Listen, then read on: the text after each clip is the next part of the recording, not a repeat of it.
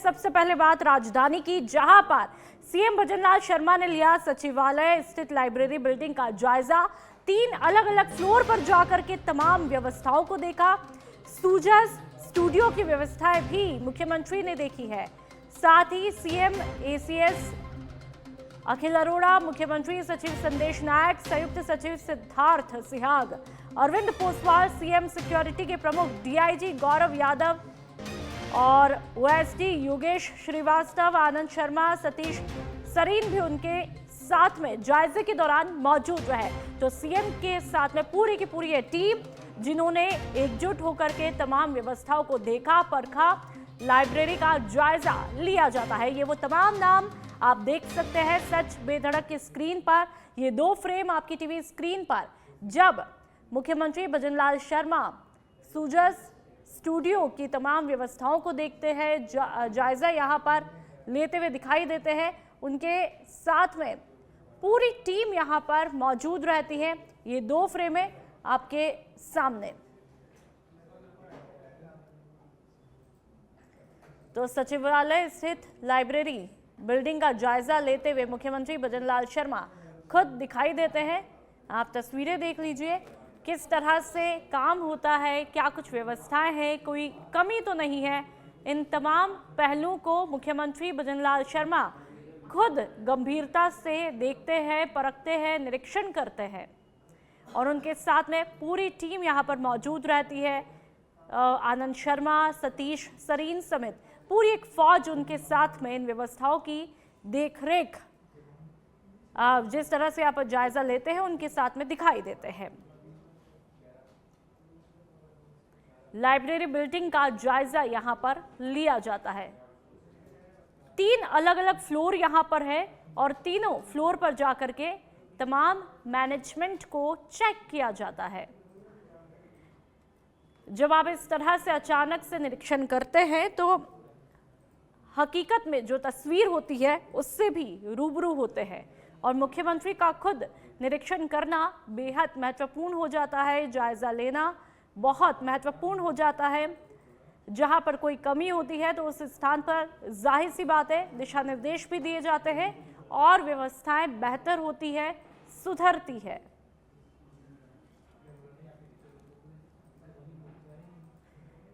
मंडला कला क्षेत्र के सोडाकोर गांव में Baba Ramdev senior secondary school में 3 छात्रों के साथ में मारपीट और अमानवीय व्यवहार का मामला देखने को मिला है। शिक्षक राम सिंह पर बच्चों के साथ में अभद्र भाषा और बर्बरता पूर्वक मारपीट करने के गंभीर आरोप लगे हैं। परिजनों ने बताया कि शिक्षक ने बच्चों को जबरन गंजा किया और जिससे उनका मानसिक उत्पीड़न यहां पर हुआ। मारपीट में एक छात्र का हाथ टूटा और सभी 3 छात्र गंभीर रूप से घायल हुए हैं। घायल छात्र जिनमें महावीर सिंह, कमल सिंह और हीर सिंह, साथ ही इस घटना ने पूरे इलाके में गहरा आक्रोश पैदा कर दिया है। तो बर्बरता पूर्वक मारपीट करने के गंभीर आरोप लगे। ये तस्वीरें आप देख लीजिए। शिक्षक ने बच्चों को जबरदस्ती, जो शिक्षक थे उन्होंने बच्चों के सिर के बालों को जबरदस्ती हटाया है। मारपीट करने का ये पूरा मामला है। 3 छात्रों के साथ में मारपीट होती है।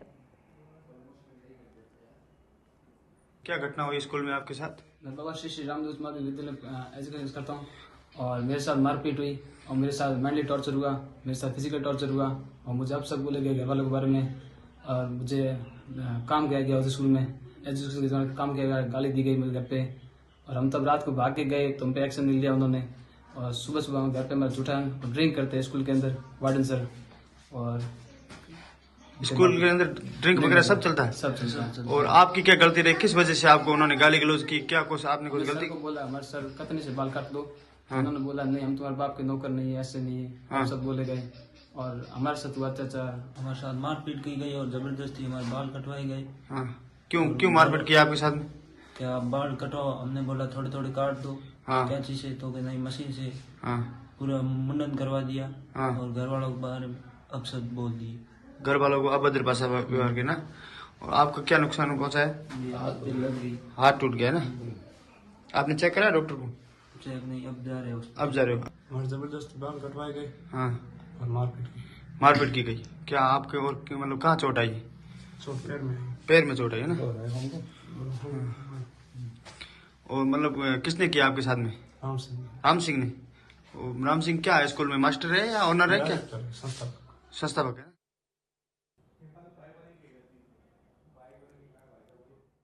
और ज्यादा जानकारी के लिए संवाददाता गोविंद पवार हमारे साथ में फोन लाइन पर जुड़ चुके हैं। गोविंद, जो तस्वीरें देखने को मिली वो वाकई में रोंगटे खड़े कर देने वाली है, क्योंकि शिक्षक की गरिमा के विपरीत जिस तरह से ये तस्वीर बच्चों के मुंह से सुनी, उसके बाद में क्या कोई एक्शन हुआ? यदि वाकई में इनकी बातें हकीकत में है, कोई जांच पड़ताल होती है? अभी तक इसका एक्शन तो कुछ नहीं हुआ है। हालांकि वो परिवारजन ऐसे तो मतलब बलौदी गए हैं, वहाँ पे उनका मुकदमा भी दर्ज नहीं किया गया है। ये मामला मडला कला क्षेत्र का है। Baba Ramdev senior secondary school है।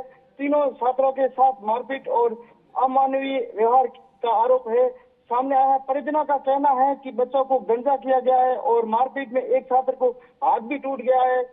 ग्रामीणों में बड़ा आक्रोश है इस मामले को लेकर। बिल्कुल। साथ ही गोविंद, एक बात बताइए कि परिजनों ने रिपोर्ट दर्ज करवाई, तो वहां पर रिपोर्ट दर्ज क्यों नहीं की जाती है? साथ ही जो स्कूल प्रशासन का क्या कुछ कहना है?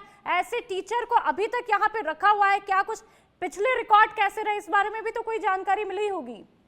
बिल्कुल, और पहले भी ऐसे हादसे हो चुके हैं। और जो छात्रों का कहना है कि स्कूल में हमारे साथ दुर्व्यवहार किया जाता है, क्योंकि जो उनके खुद के बच्चे हैं उनको तो सही रखा जाता है और हमको अलग से रखा जाता है। और यहाँ मडला क्षेत्र में चौकी लगती है और चौकी में गए, वहाँ पे मुकदमा दर्ज नहीं किया गया क्योंकि उनका स्कूल वालों का आतंक है और ये कहना है उनका परिवारजनों का। और वहाँ से फलोदी थाना भी गए, वहाँ भी बोला उन्होंने कि हम इनसे अपने आप सेटलमेंट कर देंगे, अभी आप मुकदमा दर्ज मत करो। उन्होंने मुकदमा भी दर्ज नहीं किया और परिवारजनों का मेरे पास कॉल दिया है। स्कूल के प्रशासन से बातचीत करने की कोशिश की, उनका क्या कुछ कहना है? बिल्कुल, उन्होंने अभी तक मुकदमा दर्ज कराने की कोशिश की, लेकिन मुकदमा दर्ज नहीं कर रहे उनका फलोदी थाना में। अच्छा, साथ ही ये टीचर कितने टाइम से यहाँ पर है और पहले जिस तरह से रिकॉर्ड रहा है उसके बावजूद इनको यहाँ पर रहने क्यों दिया गया, इस बारे में आपने पूछा? बिल्कुल, ये जो टीचर है स्कूल का ऑनर ही है खुद, वही ऐसे हरकतें कर रहा है। खुद ऑनर है ना, तो राम सिंह है नाम, वो खुद ही हरकतें कर रहा है ऐसी। चलिए, तमाम जानकारियों के लिए बहुत बहुत शुक्रिया। बढ़ते हैं आगे। महुआ शहर के प्रमुख मार्ग पर आज एक सनसनीखेज हिट एंड रन की घटना देखने को मिली, जहां पर मामला शराब के नशे में धुत जीप चालक ने बेतहाशा वाहन दौड़ाते हुए कई वाहनों को अपनी चपेट में ले लिया।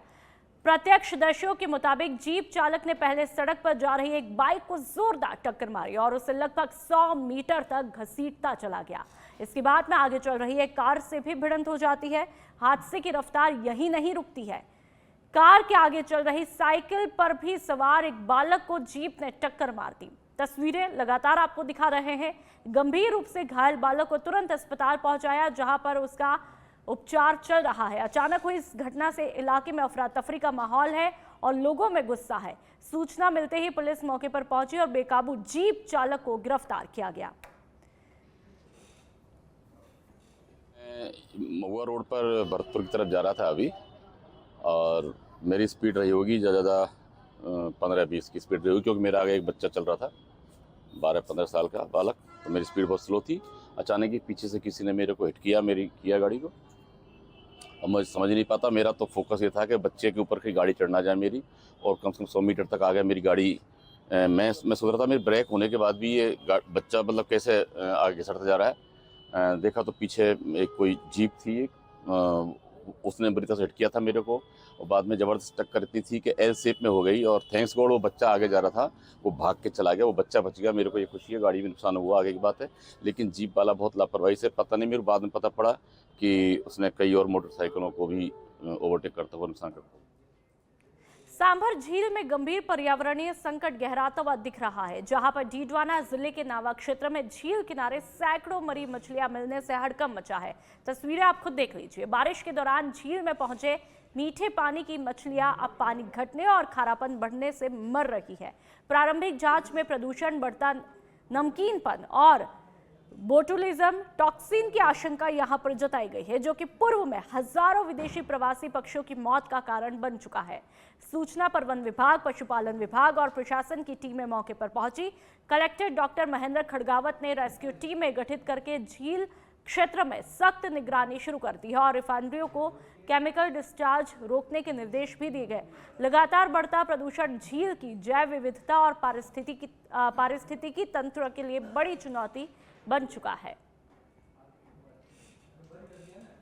के अंदर जो बीमारी फैल रही थी उसको नियंत्रित किया, उसके लिए 8 टीमें बनाई जो आज भी कार्य कर रही है।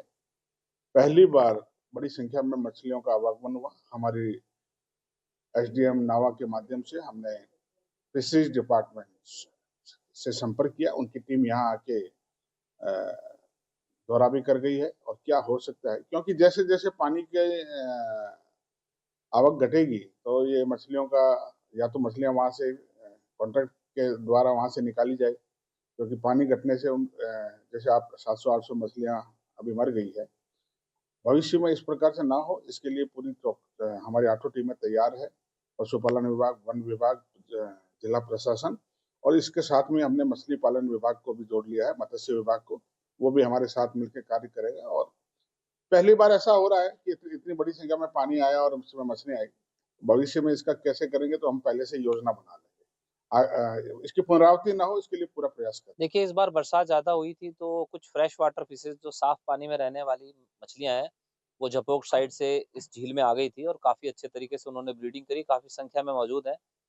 और जैसे जैसे पानी नमकीन होता जाएगा, सैलिनिटी बढ़ेगी, वो मछलियों के लिए अनुकूल नहीं रहेगा, उसके कारण मृत्यु हो सकती है। लेकिन जो कल का इंसिडेंस है वो अपने आप में एक अकेला इंसिडेंस है और एक ही जो मोहनपुरा में जो पहाड़ों के साथ लगा हुआ एरिया है वहाँ है जहाँ पे काफी नमक के खाल्डे हैं। तो हो सकता है कि उस नमक के खाल्डों वालों के द्वारा अगर कोई पानी वहाँ डिस्चार्ज किया हो तो उस छोटे से एरिया की सैलिनिटी बढ़ने से वहाँ कुछ मछलियों की मृत्यु हो गई हो। बाकी अभी झील में बाकी क्षेत्र के अंदर निरीक्षण किया गया, अभी मछली की मृत्यु नहीं है।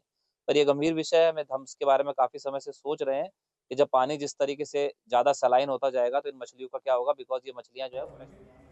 युवा कांग्रेस का हर घर दस्तक अभियान। हनुमानगढ़ जंक्शन में बैठक में संगरिया विधायक और युवा कांग्रेस प्रदेश अध्यक्ष अभिमन्यु पूनिया ने केंद्र और राज्य सरकार पर महंगाई, बेरोजगारी और भ्रष्टाचार बढ़ाने का आरोप लगाया है। आरोप लगाने के साथ ही उन्होंने ये भी कहा कि अभियान के तहत कार्यकर्ता घर घर जाकर के सरकार के खिलाफ जागरूकता अभियान चला रहे हैं। पूरे राज्य भर में संभाग प्रभारी, जिला प्रभारी, जिला अध्यक्ष गणों के साथ मिलकर पूरे राज्य में हमारे राष्ट्रीय अध्यक्ष उदय भानु चीफ जी, हमारे राष्ट्रीय प्रभारी मनीष शर्मा जी के निर्देशानुसार पूरे राज्य में युवा कांग्रेस हर घर दस्तक अभियान चला रही है। जो राज्य सरकार की विफलता है, जो प्रदेश की सरकार की विफलता है, उसको लेकर जिले में अनेक मांगे हैं। किसान के मुआवजा हो, किसान के क्षेत्र के सिंचित क्षेत्र में जहरीले उद्योग जो लग रहे हैं, हनुमानगढ़ जिले में एथेनॉल फैक्ट्री जैसा मामला हो, नौजवानों को रोजगार देने का मामला हो, महिलाओं पर अत्याचार हर दिन हो रहा है, ब्यूरोक्रेसी भ्रष्टाचारी में लिप्त है, भाजपा का नेता भ्रष्टाचारी में लिप्त है। जो हालात राज्य और देश के अंदर है उसको लेकर SIR प्रक्रिया को लेकर युवा कांग्रेस हर घर अभियान को मजबूती देने का काम कर रही है। बढ़ते हैं आगे। कोटा के रामगंज मंडी हाउसिंग बोर्ड में नवनीत सोनी की संदिग्ध मौत के मामले में पुलिस ने जांच करके हत्या का खुलासा कर दिया है। पुलिस ने मुख्य आरोपी गौरव सोनी समेत प्रदीप सिंह, विक्रम सिंह और अक्षत अग्रवाल को गिरफ्तार किया। 5 दिसंबर 2025 को नवनीत की मौत के बाद में परिजन अंतिम संस्कार की तैयारी कर रहे थे। तभी पुलिस को पता लगता है कि ये कोई दुर्घटना नहीं बल्कि हत्या है।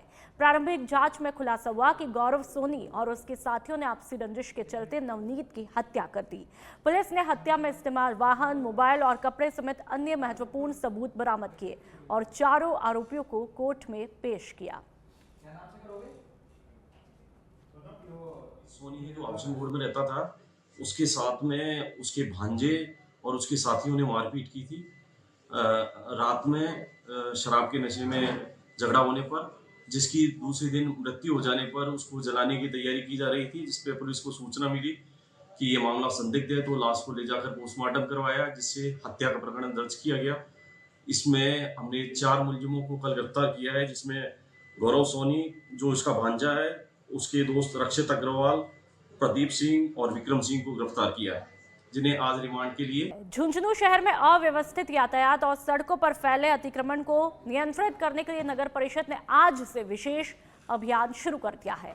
अभियान की शुरुआत शहीद पीरू सिंह सर्किल से राजस्व अधिकारी अंगेश कुमार के नेतृत्व में अतिक्रमण रोधी टीम ने की। अभियान के पहले दिन टीम ने फुटपाथ और सड़क पर लगे कच्चे पक्के अतिक्रमण हटाए और अवैध थड़ियों को जब्त किया। अधिकारियों ने दुकानदारों राहगीरों को समझाइश दी और चेतावनी दी कि दोबारा अतिक्रमण पाया गया तो सख्त कार्रवाई होगी। राजस्व अधिकारी अंगेश कुमार ने बताया कि शहर का यातायात लगातार प्रभावित हो रहा था और नागरिकों की शिकायतों को ध्यान में रखते हुए 15 दिसंबर तक अतिक्रमण पूरी तरह हटाने का लक्ष्य तय किया गया है। 8 तारीख से लेकर 15 तारीख तक नगर परिषद द्वारा अवैध निर्माण अस्थायी जो अतिक्रमण हैं, जिन्होंने अस्थायी अतिक्रमण कर रखा है, उनके विरुद्ध हमने आज कार्रवाई शुरू की है। इसमें पीरू सिंह सर्किल से लेके हवाई पट्टी तक आज कार्रवाई की जाएगी, जिसमें अवैध जो ठेला लगाते हैं और जो ये बूथ लगा रखे हैं उनको हटाया जाकर आज इनके विरुद्ध।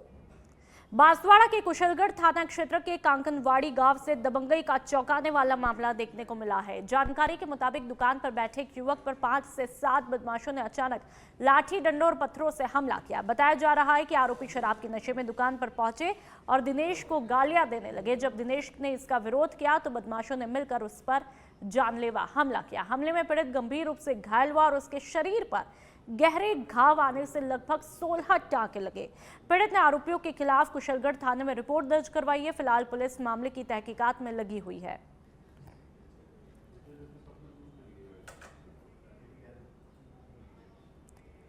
भोजासर थाना क्षेत्र में नाबालिग बालक के अपहरण के मामले में पुलिस की लापरवाही को लेकर के पीड़ित परिवार और ग्रामीणों में गहरा गुस्सा देखने को मिला है।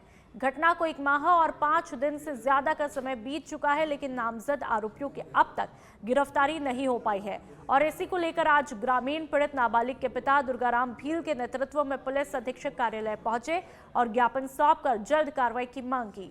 परिजनों का कहना है कि अपहरण कर छोड़ जाने के पीछे क्या उद्देश्य या रंजिश थी, इसकी पूरी जांच होनी चाहिए। परिवार का आरोप है कि कार्रवाई के अभाव में अपहरणकर्ताओं के हौसले बढ़ते जा रहे हैं और भविष्य में किसी बड़ी वारदात की आशंका से इनकार नहीं किया जा सकता। पुलिस की निष्क्रियता पर सवाल लगातार उठ रहे हैं। जो मुकदमा दर्ज हुआ है अपहरण को लेके, उसमें प्रशासन ने पिछले 1 महीने से कोई कार्रवाई नहीं की है। तो पीड़ित परिवार बार बार जिला कलेक्टर के से ही मिले, कलेक्टर ऑफिस के आगे एसपी साहब से मिले, जोधपुर आईजी साहब से मिले, मगर अभी तक पीड़ित परिवार को किसी प्रकार का कोई न्याय नहीं मिला, ना कोई इस मुकदमे में कोई ढंग से जांच हुई है। सबसे पहले इस आपके चैनल को धन्यवाद देना चाहूँगा जो इस बच्चे का अपहरण हुआ है। सबसे पहले तो मैं यही निवेदन करना चाहूँगा प्रशासन से कि पहले ये लोग उठाने वाला कौन है, उनकी पहचान की जाए और सही तरीके से जांच की जाए, इस बच्चे को न्याय दिलाया जाए। मैं पड़ियावाला निवासी हूँ, लड़का मेरा। मैं हमारे बच्चे 3 तारीख यह घटना हुई। अभी तक मैं प्रशासन ने पीछे जितना भी गोता खाना हो खा लिया, अभी तक प्रशासन ने कोई कार्रवाई नहीं की। हमने एसपी साहब से भी पहले मिले थे 18 तारीख को, अभी तो उस एसपी साहब ने पहला वो फरियाद की, वो अपने रसीद काट के वो हमने दे दी, वो 7 दिन का टाइम दिया, अभी तक उसका दिन टाइम काफ़ी हो गया। बयाना के ईदगाह रोड पर एक निजी स्कूल संचालक के घर में बड़ी चोरी की वारदात देखने को मिली है। स्कूल संचालक सत्यप्रकाश पांडे अपने परिवार के साथ में शनिवार देर रात उज्जैन महाकाल दर्शन के लिए गए थे। इसी दौरान चोरों ने घर को निशाना बनाते हुए करीब 2,18,000 रुपए नकद, सोने के 3 तोले के गहने और आधा किलो चांदी उड़ाकर फरार हुए। परिवार ने घर की जिम्मेदारी पड़ोसी टेकचंद पंजाबी को सौंपी थी, जो कि रात में वहीं पर सो रहा था, लेकिन दिन में चोरी की आशंका कम होने और ताले टूटे मिलने के कारण पीड़ित परिवार ने पड़ोसी पर संदेह जताया है। पुलिस ने मौके का मुआयना कर लिया है और पड़ोसी से पूछताछ जारी है।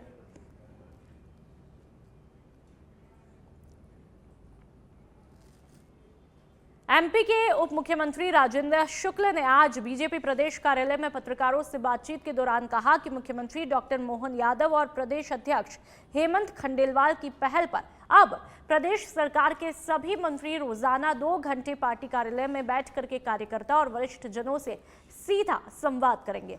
उन्होंने बताया कि इस व्यवस्था से कार्यकर्ताओं को अपनी समस्याएं बताने के लिए भटकना नहीं पड़ेगा और सरकार को योजनाओं का सीधा फीडबैक भी मिलेगा।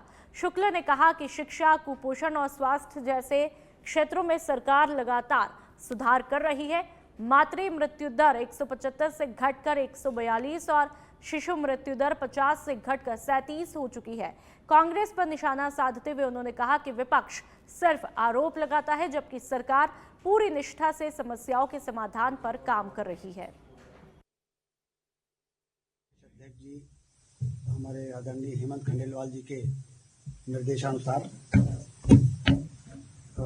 सरकार के जो भी मंत्री हैं वो पार्टी कार्यालय में 2 घंटे कम से कम समय देंगे और उन 2 घंटों के दौरान जो हमारे पार्टी के वरिष्ठ जन प्रदेश के कोने कोने से आते हैं उनको संपर्क करने का मौका भी मिलेगा और उनके माध्यम से प्रदेश की जितनी भी योजनाएं संचालित हो रही हैं उनका फीडबैक और जो महत्वपूर्ण कार्य किसी वजह से होने में कठिनाई आ रही है वो भी कार्यकर्ताओं के फीडबैक के आधार पर सरकार अपने काम को और बेहतर तरीके से संचालित कर सकेगी। तो इसमें सरकार का भी लाभ है और जो जिन कार्यकर्ताओं के दम पर हम सरकार बनाते हैं उनको सरकार से मिलने के लिए, मंत्रियों से मिलने के लिए इधर उधर भटकने की आवश्यकता ना पड़े। पार्टी कार्यालय हमारा मंदिर के समान होता है कार्यकर्ताओं के लिए, तो यहाँ पर वो आएंगे और यहीं पर उनको मंत्री उपलब्ध रहेंगे और बातचीत होगी और प्रदेश को बेहतर राज्य बनाने का जो हम लोग का मिशन है उस मिशन को पूरा करने में हम ज़्यादा तरीके से, सार्थक तरीके से काम कर पाएंगे। इस उद्देश्य से आज मैं यहाँ पर कार्यकर्ताओं से मुलाकात में